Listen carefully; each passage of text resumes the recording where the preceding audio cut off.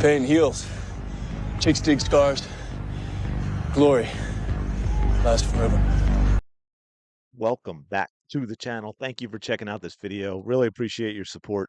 Hope you're having a fantastic day. Shout out to the 19. Smash the like button. Subscribe to the channel. Let's go. We have some news for you between the rivalry to end all rivalries, the Indiana Fever and the Chicago Sky after that scintillating nail biter to open the season that the Indiana Fever squeaked by to victory. They will be having a rematch in Chicago. The game, and of course, not just because of Caitlin Clark, I want y'all to know that the game was moved to the United Center for me too. And yet, there are some rumblings, there are some doubts. For some reason, something has changed. I'm not quite sure what it is. In unrelated news, Caitlin Clark will not be playing in this game. For those of you that did not know, and as you can see here, resale prices for Sky Fever at United Center plummet after Caitlin Clark injury. Can they still break the WNBA record? So what do they mean by record? They were looking to set, and still could, by the way, because resale, those tickets have already been sold. So there is a caveat here, but also some serious warning signs for the WNBA, despite Miss Me Too appearing in this game. The Chicago Sky were looking to make history Saturday when they faced the Indiana Fever at the United Center, which was will be the first women's professional basketball game played in the 31-year-old arena. And they were looking to set the attendance record, the capacity 20,023, and fewer than 500 original tickets remain, which is, like I said, they could still make this a sellout and set a record. A lot of the tickets available were in the 100 level, where prices begin at $393. However, Clark's injury has changed things a little bit. Resale market plummeting. Oh, man, all those resale people that scoop up tickets just to turn a profit, and they have no intention of going to the game. They might be a little trouble. But yeah, prices dropped. Prices plunged. Prices plummeted. Prices fell off a cliff by an average of 70% in the first 48 hours after Caitlin Clark's injury was announced, according to TickPick. Upper level tickets originally priced at $125, now available for less than $20 on SeatGeek. And we have an update there on the TickPick, which we will get to in a moment.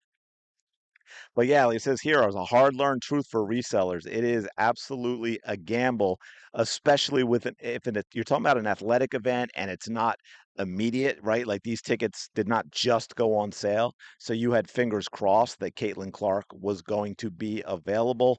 Turns out she will not actually be available. Now she's been traveling with the team. I'm sure there will be lots of people who still go to the game. They've already bought the tickets. Maybe their kids could still meet Caitlin Clark, could still get an autograph and that sort of thing. But when you get a lot of people who are, say, maybe from out of town, as we talked about before, who've got a lot of other expenses, they are putting the tickets up for sale and hopefully reselling them.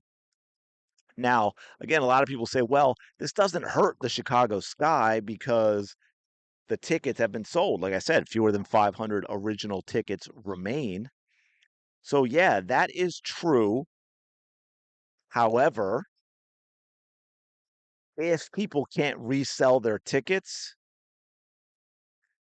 or they just decide not to for whatever reason, and you just have people that stay away, you have other revenue generators that aren't happening, right? You're not going to make, let's say 15,000 people, which is still a huge number, right? That's, 50% more than the Chicago Sky are drawing right now. but they're not going to do the same in merchandise sales and, concession stand sales. And I'm sure, like most everywhere else, you also pay for parking there. They're not going to do the same numbers in all those if you have 15,000 versus 20,000, right? You're not going to generate the same money. So even though the sky of getting the ticket sales, there are other factors in play in terms of revenue generation.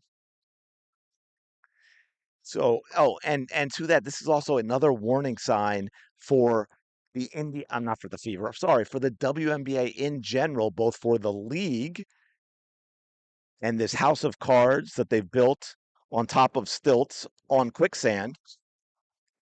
It's also a warning sign for the Players Association with the new CBA coming up, because every time we have something like this, it just reinforces the fact that the WNBA is not yet on solid ground. It is on Caitlin Clark ground. And you cannot make big or unreasonable demands in the CBA if you are the players when everything is dependent on one individual. So it's going to be interesting to see what happens going forward in terms of that. And I wanted to show you, by the way, here's Tick Pick. Someone, let me scroll up here.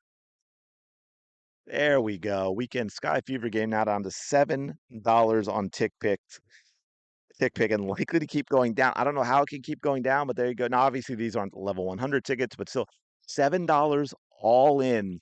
Section 313, row 10, plus 19 more rows, 2 tickets. Awesome deal. Yeah, that is an awesome deal. $7 for tickets to see Me Too and the Chicago Sky play against the Caitlin Clark less Indiana Fever.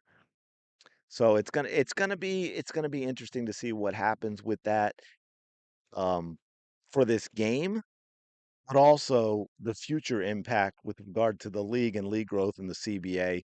But here's the number. I had forgotten the number. I know I always mentioned that the Fever set a home and attendance record last year, and they did it in the 26th game. I believe the record was like 300 and some thousand, and they ended up drawing 643,343 fans to 40 games, which is an average of more than 16,000.